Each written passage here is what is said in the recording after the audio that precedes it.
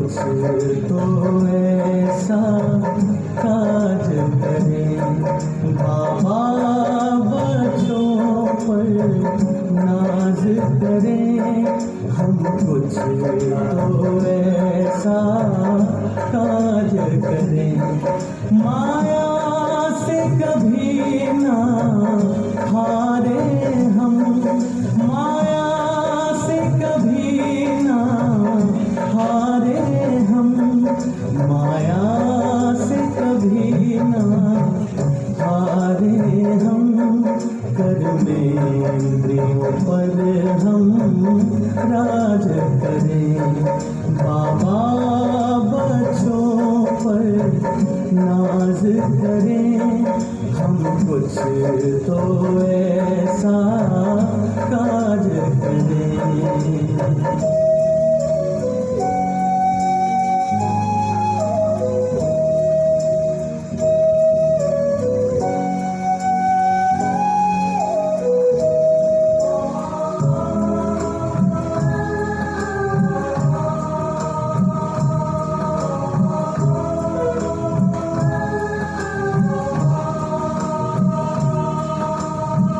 प्रभु खड़े हैं बाहें पसारे, आओ मीठे बच्चे प्यारे। प्रभु गोद में आके बैठो, तुम मेरे नैनों के तारे। बाबा के हीरे बच्चे बने, बाबा के हीरे बच्चे बने। फरिश्ते योगी सच्चे बने, जब हम पावन बन जाएंगे, तब बाबा सिर पर ताज धरे। बाबा बच्चों पर नाज करें, हम कुछ तो ऐसा काज करें।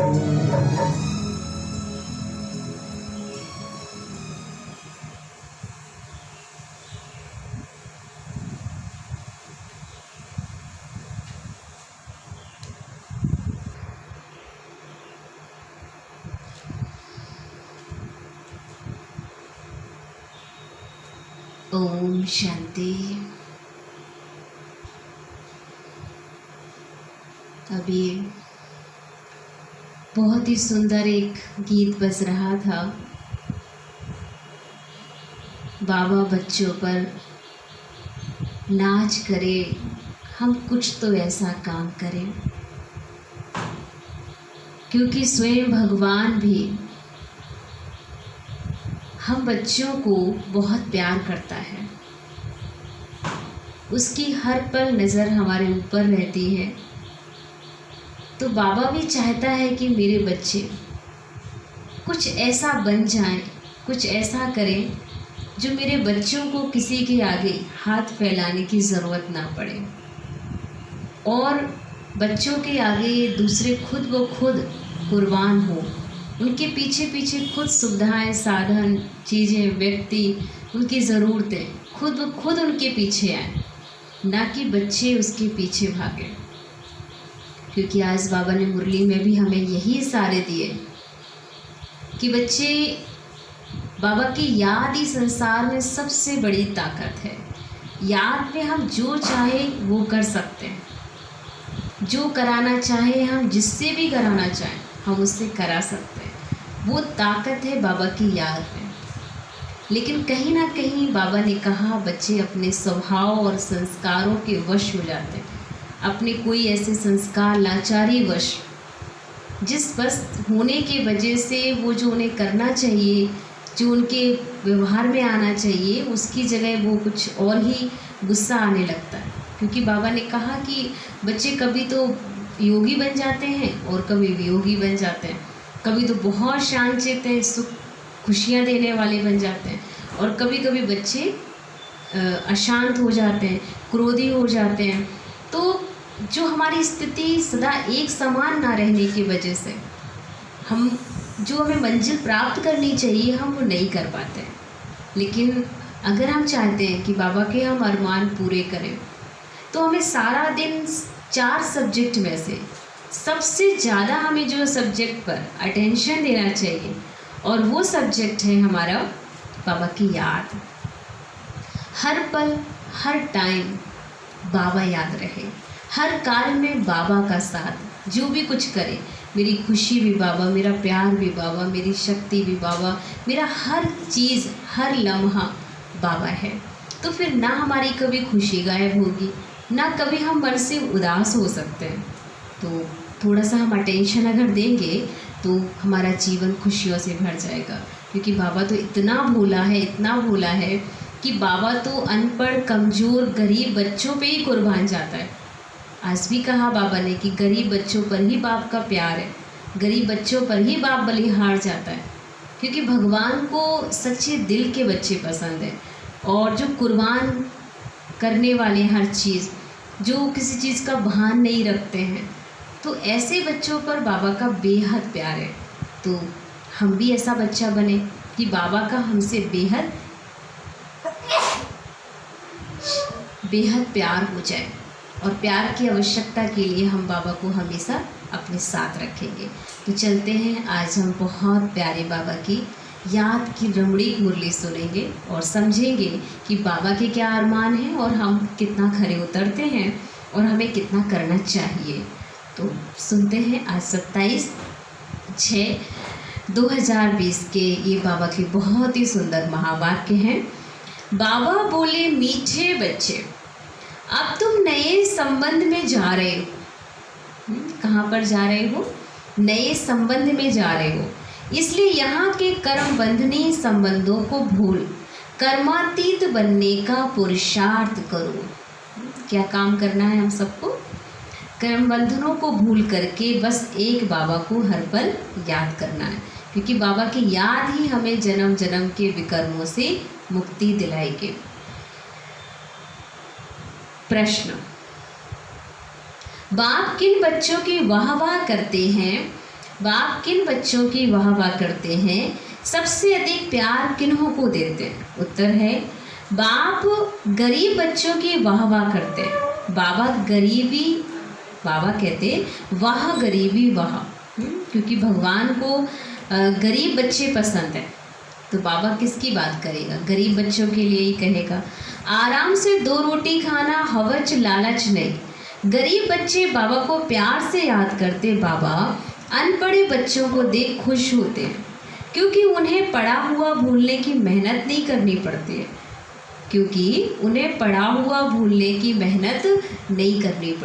मेहनत नहीं करनी पड़ती है?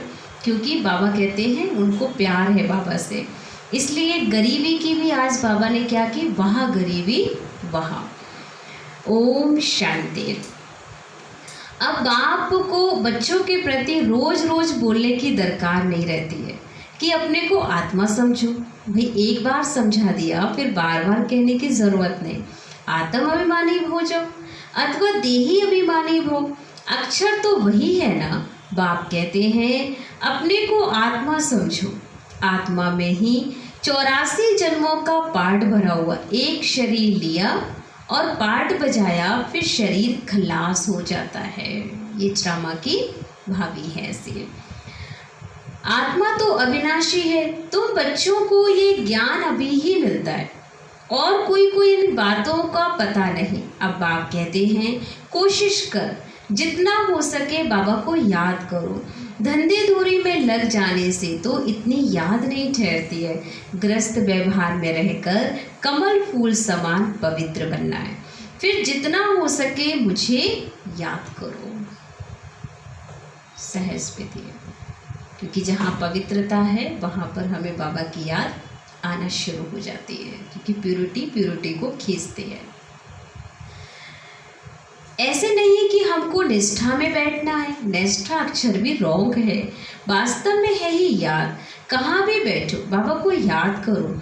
माया के तूफान तो बहुत आएंगे, कोई को क्या याद आएगा, कोई को क्या आएगा। तूफान आएंगे जरूर, वो उस समय उनको बिठाना पड़ता है कि ना आए। यहाँ बैठे बैठे भी माया बहुत तंग करती रहेगी। यही तो युद्ध है, जितने हल्के होंगे उतने बंधन कम होंगे। पहले तो आत्मा निर्बंधन है। जब जन्म लेती है तो माँ बाप में बुद्धि जाती है, फिर स्त्री एडॉप्ट करते हैं।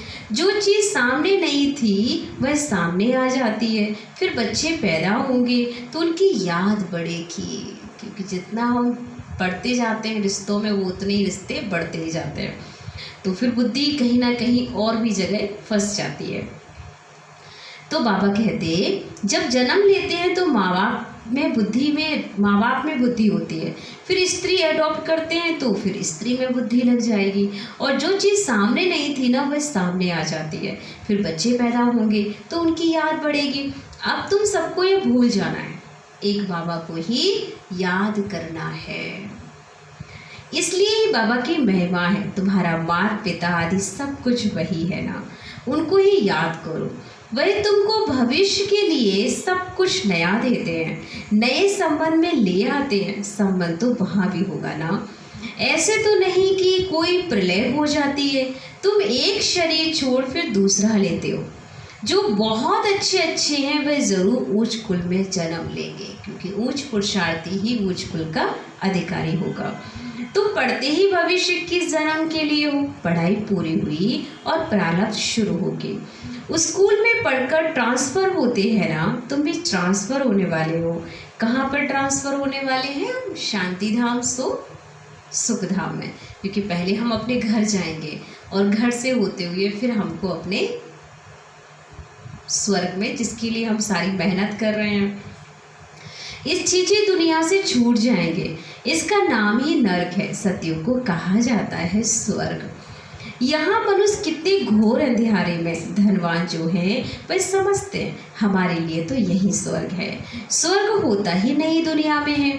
ये पुरानी दुनिया तो विनाश हो जानी है। जो कर्मातीत अवस्था वाले होंगे वह कोई धर्मराजपुरी में सजाएं थोड़ी ही भोगेंगे। स्वर्ग में तो सजा ही होगी नहीं, वहाँ गर्भ भी महल रहता है। कोई दुख की बात नहीं, यहाँ तो गर्भ जेल है।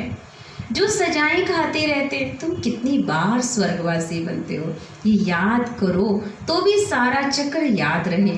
एक ही बात लाखों रुपयों की है, ये भूल जाने से, देह अभिमान में आने से माया नुकसान करती है। यही मेहनत है। मेहनत बिगर ऊंच पद पा भी नहीं सकते। बाबा को कहते बाबा हम अनपढ़े हैं, कुछ नहीं जानते। बाबा तो खुश होंगे। वंडरफुल बात तो ये है कि अगर बाहर किसी को कहा जाए कि हम अनपढ़े, हमें नहीं कुछ आता है, तो उनको अच्छा नहीं लगेगा। लेकिन बाबा को हम कहते हैं कि बाबा हमें तो कुछ नहीं आता है, बाबा खुश होता है। क्यों खुश होता है? कारण है। बाबा इसलिए खुश होता है क्योंकि बाबा को लगता है कि इसको दुनियादारी की ज़्यादा नहीं पता, तो अच्छा है ना ये बाबा को याद कर सकता है, इसकी बुद्धि ज़्यादा नहीं चलेगी। क्योंकि जितनी ज़्यादा नॉलेज होती उतना ईगो भी पनपता है हमारे अंदर, और साथ साथ हम उसको फिर वो सारी चीज़ें हमें याद रहती हैं, ये हमारे अंदर मन में संशय पैदा होता है, संकल्प चलते हैं और बाबा की याद हमें कम आती है। तो इस स्थिति के आधार पर बाबा कहता है कि अच्छा है ना, बाबा को याद करो आत्मा समझ करके, ज़्यादा बुद्धि भटकाने की आवश्यकता नहीं है। क्योंकि यहाँ तो पढ़ा हुआ सब भूलना है। ये तो थोड़े टाइम के लिए शरीर निर्वाह अर्थ के लिए पढ़ना है। जानते हो ना, ये सब खलास होने का है। जितना हो सके बाबा को याद करना है और रोटी टुकड़ा खुशी से खाना है। वाह गरीबी, इस समय की आराम से रोटी टुकड़ा खाना है, हवश नहीं, कोई प्रकार की हवश नहीं करनी है। आजकल तो अनाज मिलता कहाँ है, चीनी आदि भी धीरे धीरे करके मिलेगी ही नहीं। ऐसे नहीं तुम ईश्वरीय सर्विस करते हो तो तुमको गवर्नमेंट दे देगी, वह तो कुछ भी नहीं जानते। हाँ, बच्चों को कहा जाता है गवर्नमेंट को समझाओ कि हम सब मिलकर माँ बाप के पास जाते हैं, उनको बच्चों के लिए टोली भेजनी होती है। यहाँ तो साफ कह देते हैं ही नहीं, लाचारी थोड़ी दे देते हैं ना। बाबा कहते हैं यहाँ तो हर एक इंसान से अगर कुछ मांगो तो मना कर देते, कहते हमारे पास तो है ही नहीं तो हम आपको कहाँ से देंगे। लाचारी थोड़ी दे देते हैं, जैसे फकीर लोगों को कोई साहूकार होगा तो मुट्ठी भर कर दे देगा, गरीब होगा तो थोड़ा बहुत दे देगा। चीनी आदि आ सकती है, परंतु बच्चों का योग कम हो जाता है। याद ना रहने कारण देह अभिमान में के कारण कोई काम हो ही नहीं सकता है। ये काम पढ़ाई से इतना नहीं होगा जितना याद से होगा। सारा मदार बाबा कहते हैं याद का है, क्योंकि पढ़ाई से हमारा पद हमें नहीं, वो अलग बात है कि पद मिल सकता है, लेकिन बाबा कहते हैं कि जो हमारे काम बनेंगे, जो लोग हमारी मदद करने के लिए खड़े होंगे वो बाबा की याद से होंगे, क्योंकि उस समय हमें बाबा का पूर्ण सपोर्ट मिलता है। भाई बहुत कम है, माया याद को उड़ा देती है। रुस्तम को और ही अच्छी रीति पकड़ती है। अच्छे फर्स्ट क्लास बच्चों पर भी ग्रहचारी बैठती है। ग्रहचारी बैठने का मुख्य कारण योग की कमी है। ग्रहचारी के कारण ही नाम रूप में फंस मरते हैं। यह बड़ी मंजिल है ना, अगर सच्ची मंजिल पानी है तो याद में रहना पड़े। इतनी श्रेष्ठ उच्च मंजिल प्राप्त करना है तो बाबा की याद में रहो। बाबा कहते हैं ध्यान से भी ज्ञान अच्छा है, ज्ञान से याद अच्छी है। ध्यान में जास्ती जाने से माया के भूतों की प्रवेशता हो जाती है। ऐसे बहुत है जो फालतू ध्यान में जाते हैं, क्या क्या बोलते हैं, उन पर विश्वास नहीं करना है। ज्ञान तो बाबा की मुरली में मिलता रहता है, बाबा खबरदार करते रहते हैं। ध्यान कोई काम का नहीं है, बहुत माया की प्रवेशता हो जाती है, अहंकार आ जाता है। ज्ञान तो सबको मिलता रहता है, ज्ञान देने वाला शिव बाबा है। मम्मा को भी यहाँ से ज्ञान मिलता था ना, उनको भी कहेंगे मन मना भव। बाबा को याद करो, दैवी गुण धारण करो। अपने को देखना है, हम दैवी गुण धारण करते हैं, यहाँ है ही दैवी गुण धारण करने के लिए।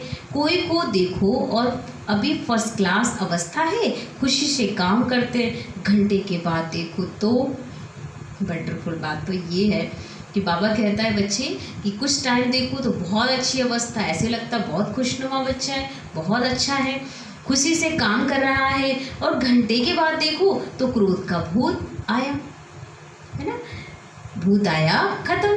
फिर स्मृति आती, यह तो हमने भूल की, फिर सुधर जाते हैं। घड़ी घड़ी के घड़ियाल हैं। वंडरफुल बाबा ने पॉइंट यूज़ किया है कि घड़ी घड़ी के घड़ियाल, अर्थात कि कुछ घड़ी बात अवस्था का पता नहीं चलता कि कब हम उच्च अवस्था में आ जाते हैं और कब हम नीच अवस्था में आ जाते हैं। बाबा पास बहुत है। अभी देखो बड़े मीठे बाबा कहेंगे ऐसे बच्चों पर तो कुर्बान जाऊं, घंटे बाद फिर कोई ना कोई बात में बिगड़ पड़ते हैं। क्रोध आया, सारी की सारी कमाई खत्म हो गई, अभी अभी कमाई और अभी अभी घाटा हो जाए, अभी अभी कमाई और अभी अभी घाटा हो जाता। सारा मदार याद पर ही है। ज्ञान तो बड़ा सहज है, छोटा बच्चा भी समझा ले, परंतु मैं जो हूँ जैसा हूँ यथार्थ रीति जाने ना, अपने को आत्मा समझे। इस रीति छोटे बच्चे थोड़ी ही याद कर सकेंगे। मनुष्यों को मरने समय कहा जाता है भगवान को याद करो, परंतु याद कर ना सके, क्योंकि पुरुष यथार्थ कोई भी जानते ही नहीं है। कोई भी वापिस जा नहीं सकते, ना विकर्म विनाश होते हैं। परंपरा से ऋषि मुनि आदि सब कहते आए हैं कि रचता और रचना को हम नहीं जानते। वह तो फिर भी सतोगुणी थे, आज के तमो प्रधान बुद्धि फिर कैसे जान सकते हैं। बाबा कहते हैं ये लक्ष्मी नारायण भी नहीं जानते, राजा रानी ही नहीं जानते, तो फिर प्रजा कैसे जानेगी। कोई भी नहीं जानते, अभी सिर्फ तुम बच्चे ही जानते हो। तुम्हारे में भी कोई है जो यथार्थ रीति जानते। कहते हैं बाबा घड़ी घड़ी भूल जाते हैं। कोई कोई तो अपना हालचाल बता देते हैं और कोई कोई ऐसे हैं जो बाबा को पूर्ण हालचाल नहीं देते हैं। बाबा कहते हैं कहाँ भी जाओ सिर्फ बाबा को याद करो, बड़ी भारी कमाई है, तुम 21 जन्मों के लिए निरोगी बनते हो। ऐसे बाबा को अंतर्मुख हो याद करना चाहिए ना, परंतु माया भुलाकर तूफान में ले ला देती है। इसमें अंतर्मुख हो, विचार सागर मंथन करना है। विचार सागर मंथन करने की बात भी अभी की है। ये पुरुषोत्तम बनने का संगम युग है, यह भी वंडर है। तुम बच्चों ने देखा है एक ही घर में तुम कहते हो हम संगम युगी हैं, और हाफ पार्टनर और बच्चा आदि है वो कहेगा हम कलयुगी हैं। क्योंकि जो ज्ञान में चल रहा है वो तो अपने को समझता है मैं संगम युगी हूँ, और जो नहीं चलता है, बाबा की बात को नहीं समझ रहा है, तो फिर वो क्या कहेगा, हम तो कलयुगी हैं, हमारे तो काम संस्कार ऐसे ही होंगे जैसे सब करते हैं, पर हम अपने में चेंज करेंगे। तो बच्चों ने देखा एक ही घर में तुम कहते हो हम संगम युगी, फिर हाफ पार्टनर और बच्चा आदि कलयुगी, कितना फर्क है। बड़ी महीन बात बाप समझाते, घर में रहते हुए भी बुद्धि में है कि हम फूल बनने के लिए पुरुषार्थ कर रहे हैं, यह है अनुभव की बात है। प्रैक्टिकल में मेहनत करने याद की ही मेहनत है। एक ही घर में एक हंस तो दूसरा बगुला है, फिर कोई बड़े फर्स्ट क्लास होते हैं, कभी विकार का ख्याल भी नहीं आता है, साथ में रहते भी पवित्र रहते हैं, हिम्मत दिखाते हैं, तो उन्हें कितना ऊंच पद मिलेगा। ऐसे भी बच्चे हैं ना, कई तो देखो विकार के लिए कितना मारते झगड़ा करते हैं। अवस्था वह होनी चाहिए जो संकल्प में भी कभी आप पवित्र बनने का ख्याल ना आ जाए। ऐसी स्थिति हो कि कभी भी हमारे मन में अपवित्रता के ख्याल भी ना आए, तब हम संपूर्ण अवस्था तक पहुँचेंगे। बाबा हर प्रकार से राय देते रहते हैं। तुम जानते हो कि श्री श्री की मत से हम श्री लक्ष्मी श्री नारायण बनते हैं। श्री माना ही श्रेष्ठ है, सतयुग में है नंबर 1 श्रेष्ठ, त्रेता में 2 डिग्री कम हो जाती हैं। ये ज्ञान तुम बच्चों को अभी मिलता है। इस ईश्वरीय सभा का कायदा जिन्हें ज्ञान रत्नों का कदर है, कभी उबासी आदि नहीं लेते, उन्हें आगे आगे बैठना चाहिए। कोई बच्चे बाबा के सामने बैठे भी झुटका खाते, उबासी देते रहते हैं, उनको फिर पिछाड़ी में जाकर बैठना चाहिए। ये ईश्वरीय सभा है बच्चों की, परंतु कई ब्राह्मणियां ऐसे को भी ले आते, यूँ तो बाबा से धन मिलता है। एक वर्षन लाखों रुपयों का है। जो बाबा का ज्ञान है, ये एक वर्षन जो शब्द हैं वो लाखों रुपयों के हैं, उनकी कोई वैल्यू नहीं नाप सकता। अगर एक भी जीवन में उतर जाए तो हमारी वैल्यू तो बहुत ऊंच हो सकती है। तुम जानते हो ज्ञान मिलता है संगम पर है। तुम कहते हो बाबा हम फिर से आए हैं बेहद का वर्षा लेने। मीठे मीठे बच्चों को बाबा बार बार समझाते, ये अच्छी दुनिया है, तुम्हारा बेहद का वैराग है। बाबा कहते इस दुनिया में तुम जो कुछ भी देखते हो ना, वह कल होगा नहीं। मंदिरों आदि का नाम निशान ही नहीं रहेगा। वहाँ स्वर्ग में उन्हों की पुरानी चीज़ देखने की दरकार नहीं। यहाँ तो पुरानी, बाबा कहते हैं वहाँ पे सतयुग में तो सब कुछ नया होगा, यहाँ तो सब पुराना है। वहाँ पर तुमको देखने की दरकार नहीं, चीज़ का भी कितना मूल्य है। वास्तव में कोई चीज़ का मूल्य नहीं है सिवाय एक बाबा के। बाबा कहते हैं मैं ना आऊँ तो तुम राजा ही कैसे लो। जिनको मालूम है वही आकर बाबा से वर्षा लेते हैं। इसलिए कोटों में कोई कहा जाता है, कोई भी बात में संशय नहीं आना चाहिए। भोग आदि की भी रस्म रिवाज है, इनसे ज्ञान और याद का कोई कनेक्शन नहीं है और कोई बात से तुम्हारा ताल्लुक नहीं। सिर्फ 2 बातें, अलफ और बे, बादशाही। अलफ भगवान को कहा जाता है, उंगली से भी ऐसे इशारा करते हैं ना, आत्मा इशारा करती है ना। बाबा कहते हैं भक्ति मार्ग में तुम मुझे याद करते हो, तुम सब मेरे आशिक हो, यह भी जानते हो। बाबा कल आकर के सब मनुष्य मात्र को दुख से छुड़ाए शांति और सुख देते हैं। तब बाबा ने कहा था कि सिर्फ यह बोर्ड लिख दो कि विश्व में शांति बेहद का बाप कैसे आकर स्थापन कर रहे हैं, सो आकर समझो। 1 सेकंड में विश्व का मालिक और 21 जन्म के लिए बनना है तो आकर के समझो। हम ये बात लिख सकते और कह सकते हैं कि अगर 1 सेकंड में हमें बादशाही चाहिए तो आकर के आप यहाँ ले सकते हो। घर में बोर्ड भी लगा दो, 3 पैर पृथ्वी पर हैं, तुम बड़े से बड़ी हॉस्पिटल यूनिवर्सिटी खोल सकते हो। यहाँ से 21 जन्म के लिए निरोगी और पढ़ाई से स्वर्ग की बादशाही मिल जाती है। प्रजा भी कहेगी कि हम स्वर्ग के मालिक हैं। आज मनुष्यों को लज्जा आती है क्योंकि नरकवासी हैं। खुद कहते हैं हमारा बाप स्वर्गवासी हुआ तो नरकवासी हुए ना, तो तब जब मरेंगे तो स्वर्ग में जाएंगे। कितनी सहज बात है। अच्छा काम करने वाले के लिए खास कहते हैं ये बहुत महादानी था, ये स्वर्ग गया, परंतु जाता कोई भी नहीं है। नाटक जब पूरा होता है तो सभी स्टेज पर आकर खड़े होते हैं। ये लड़ाई भी तब लगेगी जब सभी एक्टर्स यहाँ आ जाएंगे, फिर लौटेंगे। शिव की बारात कहते हैं ना, शिव बाबा के साथ सभी आत्माएं जाएंगी। मूल बात है अभी 84 जन्म पूरे हुए, अब इस जूती को छोड़ना है। जैसे सर पुराने खाल छोड़ नहीं लेते हैं, तुम नई खाल छोड़ सतयुग में लेंगे। श्री कृष्ण कितना खूबसूरत है, कितनी उसमें कशिश है, फर्स्ट क्लास शरीर है, ऐसे हम लेंगे। कहते हैं ना हम तो नारायण बनेंगे, ये तो सड़ी हुई छीछी खल है ना, ये हम छोड़ कर जाएंगे नई दुनिया में। ये याद करते खुशी क्यों नहीं होती है जब कहते हो हम नर से नारायण बनते हैं। इस सत्यनारायण की कथा को अच्छी रीति समझो। अगर हमें ऐसा बनना है तो हमें इस बाबा की सारी कहानी को समझना होगा, तभी हम इतना उच्च पद पा सकते हैं। जो कहते हैं हम करके दिखाओ, बाबा कहते हैं कहते हो तो वह करके दिखाओ ना। कहनी करनी एक चाहिए, धंधा आदि भी भल करो, बाबा कहते हैं हाथों से काम करो। दिल बाबा की याद में रहे। जितनी जितनी धारणा करेंगे उतना तुम्हारे पास नॉलेज की वैल्यू होती जाएगी। नॉलेज की धारणा से तुम कितना धनवान बनते हो, ये रूहानी नॉलेज। तुम आत्मा हो, आत्मा ही शरीर से बोलती, आत्मा ही ज्ञान देती है, आत्मा ही धारण करती। अच्छा, मीठे मीठे सिकी लदे बच्चों प्रति माँ पिता बाप दादा का याद प्यार और गुड मॉर्निंग। रूहानी बाप की रूहानी बच्चों को नमस्ते। हम रूहानी बच्चों की रूहानी बाप दादा को दिल व जान से सिक व प्रेम से याद प्यार और गुड मॉर्निंग। नमस्ते नमस्ते नमस्ते। शुक्रिया बाबा, शुक्रिया बाबा, शुक्रिया। धारणा के लिए मुख्य सार। फर्स्ट पॉइंट है, इस पुरानी दुनिया की पुरानी चीज़ों को देखते हुए भी नहीं देखना।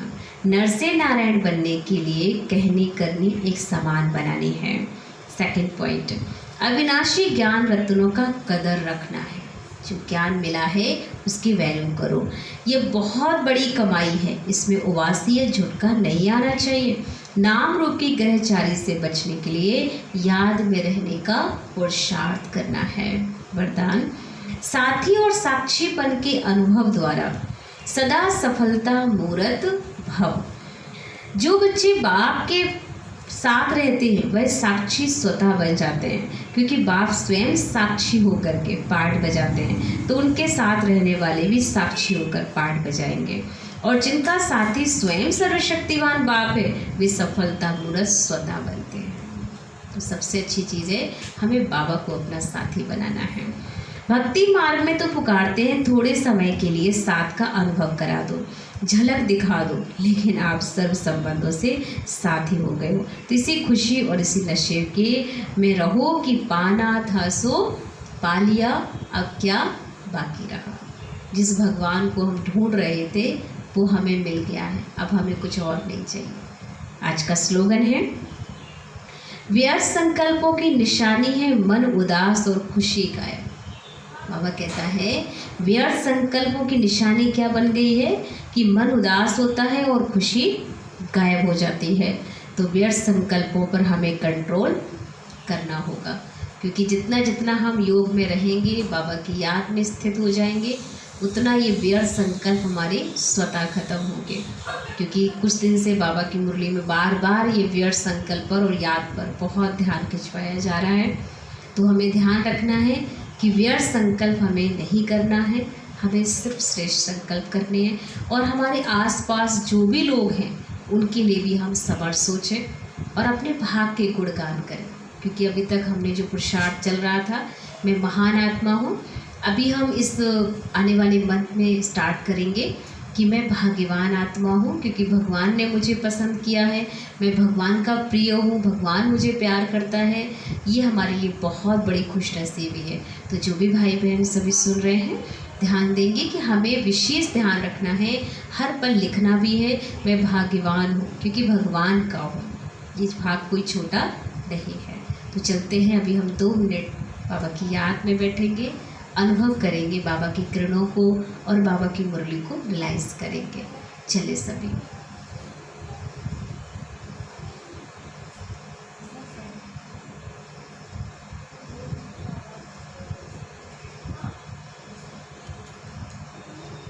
रिलैक्स करें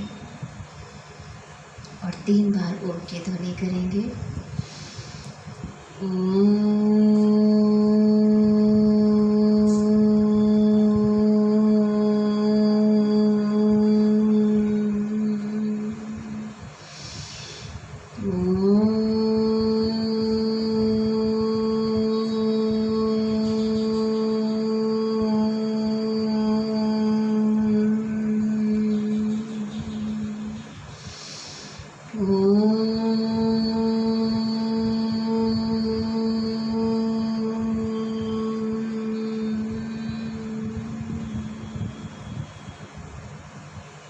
रिलैक्स हो जाए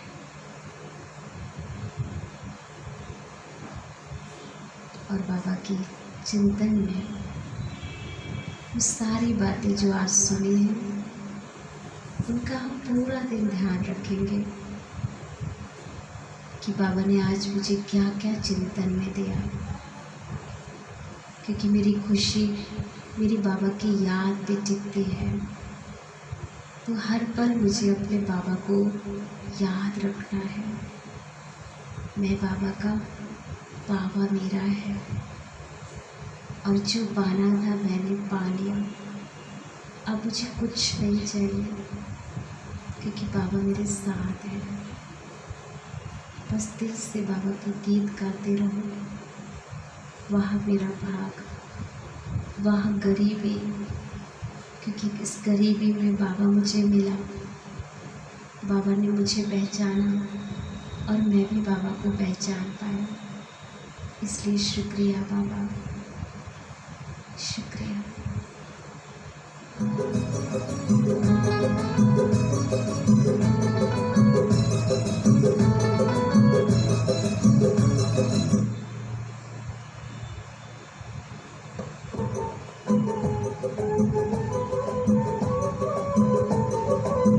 ओ मीठे बाबा तू कितना मीठा है, ओ प्यारे बाबा तू कितना प्यारा है। ओ मीठे बाबा तू कितना मीठा है, ओ प्यारे बाबा तू कितना प्यारा है। भाग्य विधाता मिले हो और क्या पाए, भाग्य विधाता मिले हो और क्या पाए। ओ मीठे बाबा तू कितना मीठा है, ओ प्यारे बाबा तू कितना प्यारा है। ओ मीठे बाबा तू कितना मीठा है, ओ प्यारे बाबा तू कितना प्यारा है।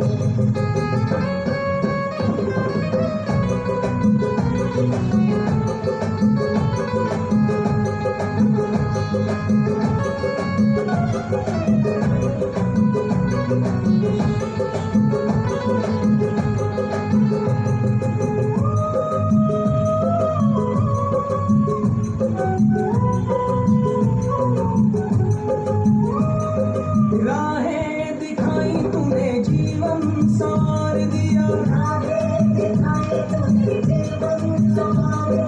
दे के ज्ञान प्याला तूने प्यास को बुझाए दिया। मंजिल दिखाई तूने क्या से क्या बनाए दिया, मंजिल दिखाई तूने क्या से क्या बनाए दिया। ओ मीठे बाबा तू कितना मीठा